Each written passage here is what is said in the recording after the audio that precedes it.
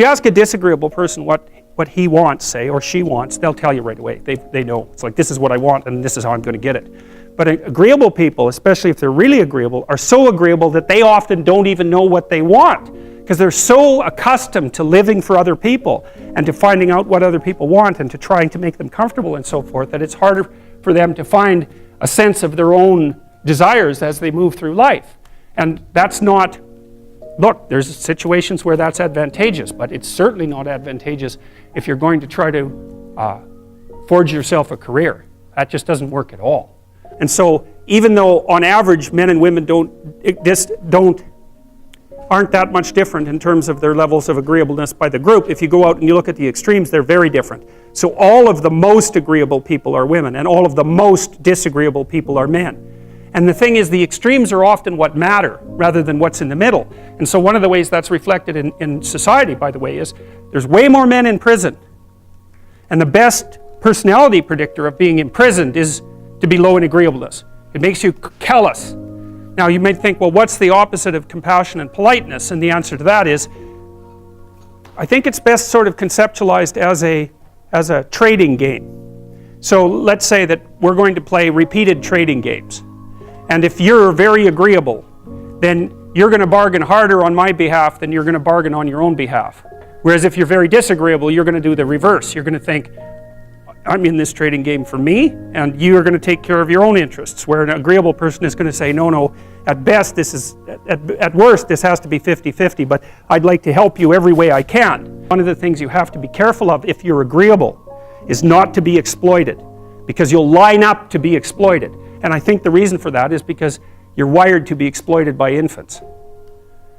And so that just doesn't work so well in that actual world. And one of the things that happens very often in psychotherapy, people come to psychotherapy for multiple reasons, but one of them is they often come because they're too agreeable.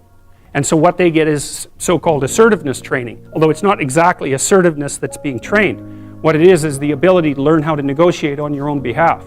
And one of the things I tell agreeable people, especially if they're conscientious, is say what you think. Tell the truth about what you think. There's going to be things you think are nasty and harsh.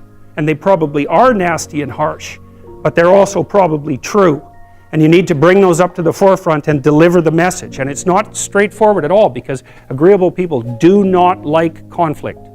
Not at all. They smooth the water. And you can see why that is in accordance with the hypothesis that I've been putting forward.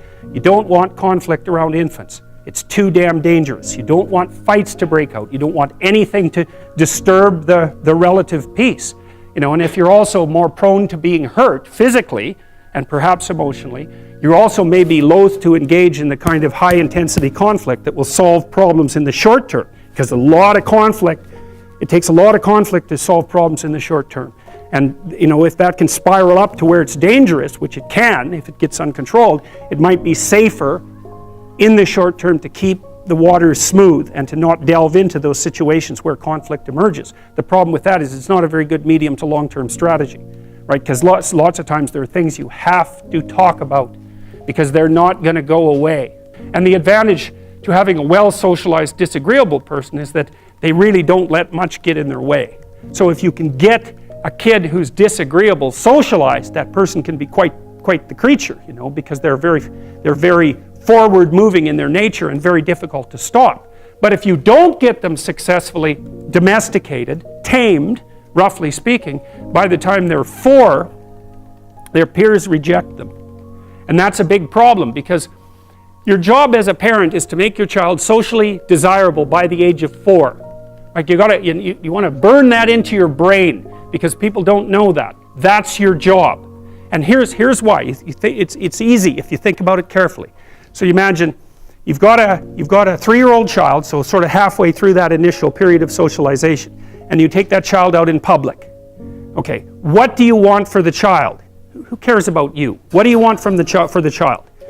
You want the child to be able to interact with other children and adults so that the children are welcoming and smile and want to play with him or her, and so the adults are happy to see the child and treat him or her properly.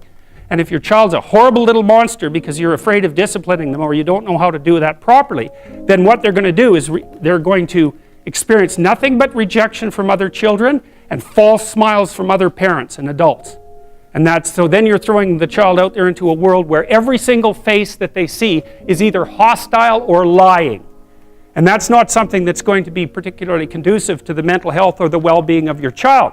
If your child can learn a couple simple rules of behavior, like don't interrupt adults when they're talking too much and pay attention and try not to hit the other kids over the head with the truck any more than is absolutely necessary, then, and share and play properly, then when they meet other kids, the kids are going to try out a few little play routines on them, and that's going to go well, and then they're going to go off and socialize each other for the rest of their lives.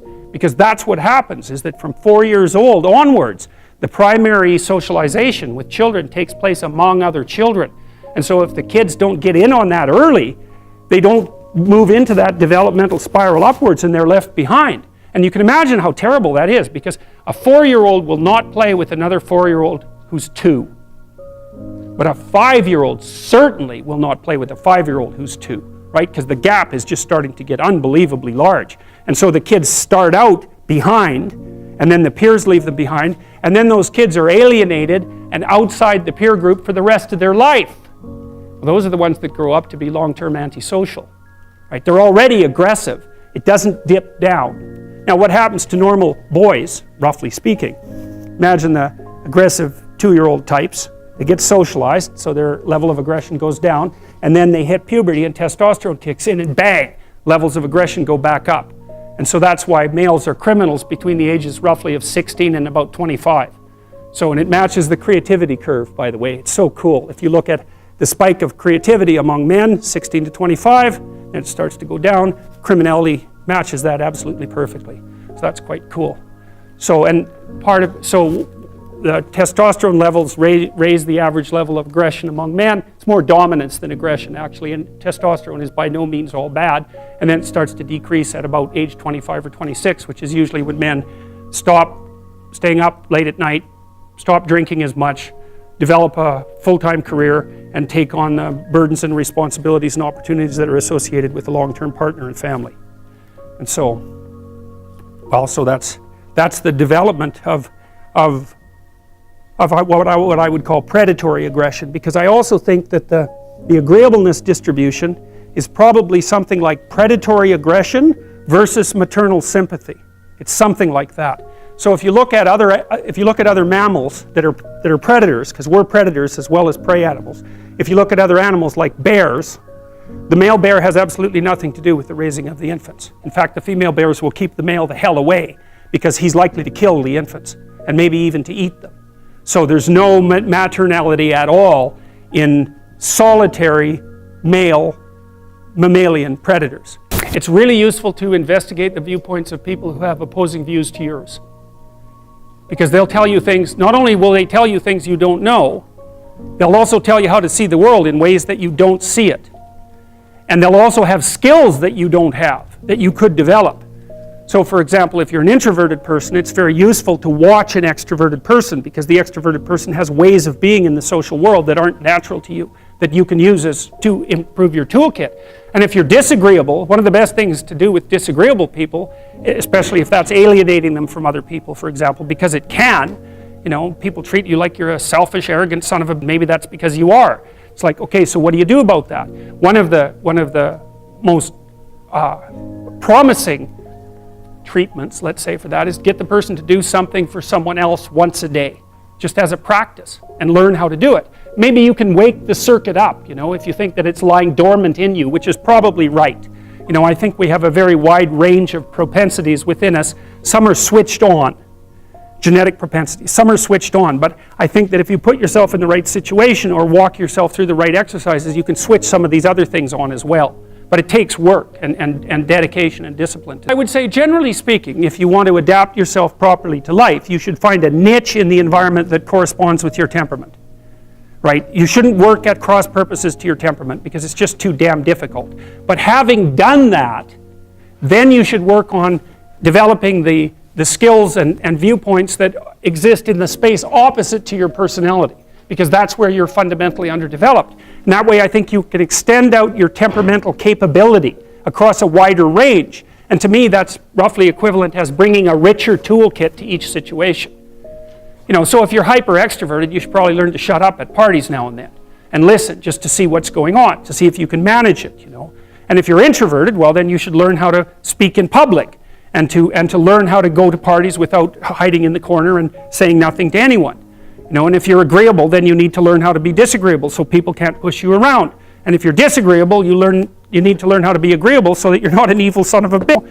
So, and the same thing applies even in the conscientious domain. It's like if you're too conscientious, you need to learn to relax and let go a little bit. And if you're unconscientious, it's time like, get out the Google Calendar, man, and start scheduling your day, right? And beat yourself on the back of the head with a stick until you're disciplined enough so that you can actually stick to something for some length of time and not living in absolute squalor, which is something that would characterize someone who's very disorderly, for example, because they don't notice. It doesn't bother them, disorder. It's like, maybe they can see it, but it doesn't have any emotional valence, and so it doesn't have any motivational significance. You know, so the other thing you might want to think about too, if you're choosing a partner, is try not to choose someone who's too distant from you on the temperamental variables, because you're going to have a hard time bridging the gap. You know, it's hard for an introverted person and an extroverted person to coexist.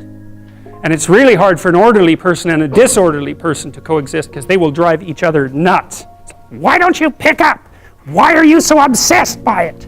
That's the basic argument, you know. So it's useful to know about your temperament so that you can negotiate the space with your partner as well. And I don't think you should try to find someone who's exactly the same as you, because then you don't have the benefits of the alternative viewpoint. But you got to watch it, because you may hit irreconcilable differences of various sorts. And I've seen that most particularly among couples who are high and low in openness. That's a rough one. And also high and low in conscientiousness. That's another rough one, because they just cannot see how the other person sees the world at all.